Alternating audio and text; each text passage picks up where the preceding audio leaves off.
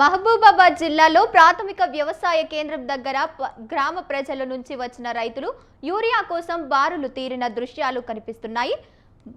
మనుకోట జిల్లాలో నడిబొడ్డున పరిస్థితి తీవ్రతకు అద్దం పడుతోంది. అన్నదాతలు పండించే పంటలకు యూరియా కొరత ఉంది. యూరియా కోసం పొద్దున్నే లేచి రైతన్నలు క్యూలో నిలబడుతున్నారు. చాలా మంది చిన్న పిల్లలు వేసుకుని క్యూ లైన్లో నిలబడుతున్నారు. ఒక ఆధార్ కార్డును ఒకటే యూరియా బస్తా ఇస్తున్నట్లు అధికారులు తెలియజేశారు. ఒక యూరియా బస్తా కూడా ఇస్తారో ఇవ్వరో అనే గ్యారంటీ లేకుండా పోయింది. ప్రభుత్వం తమ సమస్యను పరిష్కరించి యూరియా అందించేలా చర్యలు తీసుకోవాలంటున్నారు గ్రామస్తులు.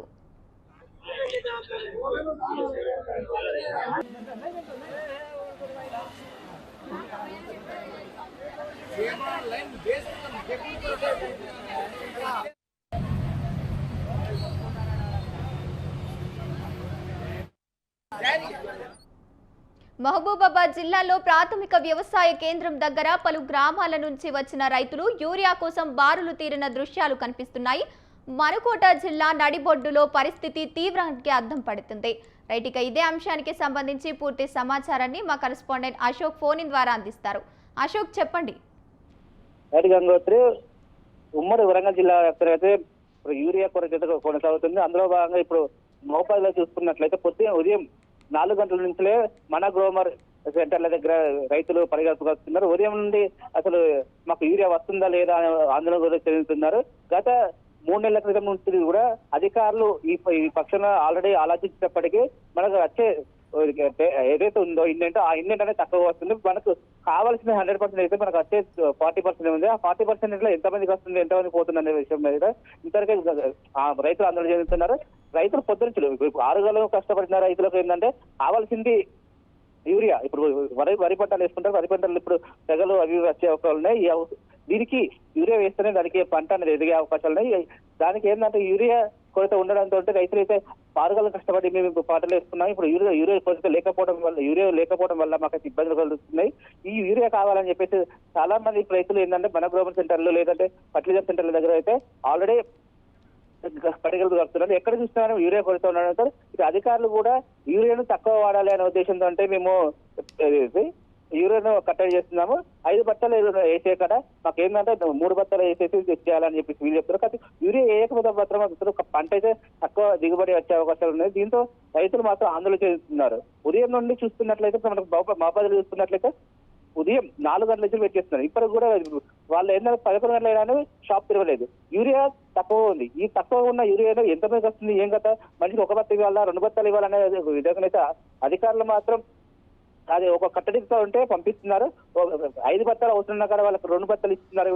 ఇక్కడ ఏంటంటే 2 బత్తాలు ఇచ్చినా కానీ మాకు సరిపోవట్లేదు. ఆ 2 బత్తాల కోసం కూడా మేము ఉదయం నుంచి వెయిట్ చేయాల్సి వస్తుందని చెప్పేసి మాత్రం రైతులు ఆవేదన చెందుతున్నారు. గంగోత్రి, అశోక్, గతంలో రేవంత్ రెడ్డి యూరియా కొరతనే లేదని చెప్పారు. ఇప్పుడేమో ఇలాంటి పరిస్థితి నెలకొంది. అసలు రేవంత్ రెడ్డి దీనిపై స్పందించే అవకాశాలు ఉన్నాయా?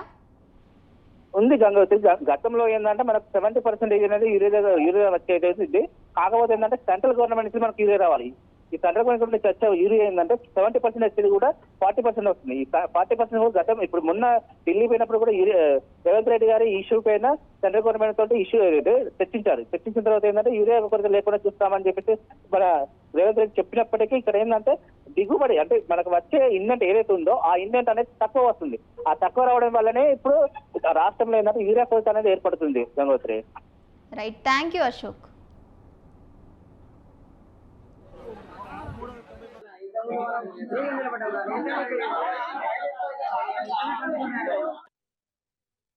4 గంటలకు వచ్చిన యూరియా బస్తాలు వచ్చినాయి అని అంటే ఇట్లా 2-3 సార్లు వచ్చినాం, రిటర్న్ వెళ్ళిపోయినాం కానీ ఎప్పుడు దొరకలేదు. అయితే ఇవాళ కొంచెం పొద్దున్నే వస్తే దొరికిపోయాను అని వచ్చినాం.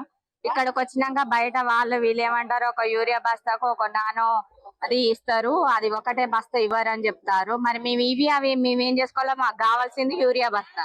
ఒకదానికి ఒకటి యాడ్ చేసి ఇస్తే మాకు కూడా డబ్బులు సరిపోవాలి కదా అన్నిటికీ. మరి అన్ని ఇంత పెట్టుబడి పెట్టి చేసి మేము పండించిన దానికి అక్కడి పోయేసరికి అక్కడ రేట్ ఉండదు. ఇక్కడ వీళ్ళు అడిగినంత మేము ఇవ్వాలి, అక్కడికి పోయి వాళ్ళు అడిగినంతకే మేము అమ్ముకోవాలి. అన్ని రకాల కష్టాలు రైతులు అనుభవిస్తారు. కాబట్టి మమ్మల్ని దృష్టిలో ఉంచుకొని కనీసానికి మాకు కావాల్సిన వస్తువులు వనరులు మాకు అందేలా చేయాలనేదే మా కోరిక. ఒకటే అంటున్నారు. ఇప్పుడు ప్రస్తుతానికి మాకు 5 ఎకరాల పొలం కౌలు చేస్తారు. కనీసానికి ఇప్పుడు 1 ఎకరానికి 1 బస్తా వేసినా 5 బస్తాలు కావాలి. 1 బస్తా ఇస్తే మేము మా ఆయన ఇద్దరం వచ్చినాం, మాకు వచ్చేది 2 బస్తాలు. ఇవాళ టైం వేస్ట్ అయిపోయింది కదా. మేము కావాలంటే మాకు కావాల్సిన 5 బస్తాలు కావాలంటే మేము 5 రోజులు రావాలి. 5 రోజులు మేము ఇక్కడికే వచ్చి ఇంటి దగ్గర మేము వ్యవసాయం పని ఎప్పుడు చేసుకోవాలి? నెల కాయ తిరుగుతాను ఓసలు వాళ్ళే అందుకొని పోతారు. నాకు దొరకట్లేదు. 2 కట్టలైనా 3 కట్టలు దొరకట్లేదు. ఇప్పుడు నెల నేను తిరగబట్టి మరి ఏం చేయాలనేమో, మా దుకాణాల్లో దొరకలేవు, బయట దొరుకుతానేమో. దానికి పోతే దీనికి పోతుంటే అవి కూడా రాత్రి మాయం అవుతున్నాయి. మరి ఏం చేయాలో అర్థం కావట్లేదు. నాకు 7 ఎకరాలు ఉంది.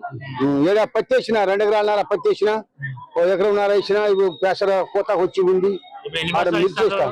వాడు ఎన్ని బస్సాలు ఇచ్చేది తెలియదు. దాదాపు 500-600 మంది ఉన్నారు.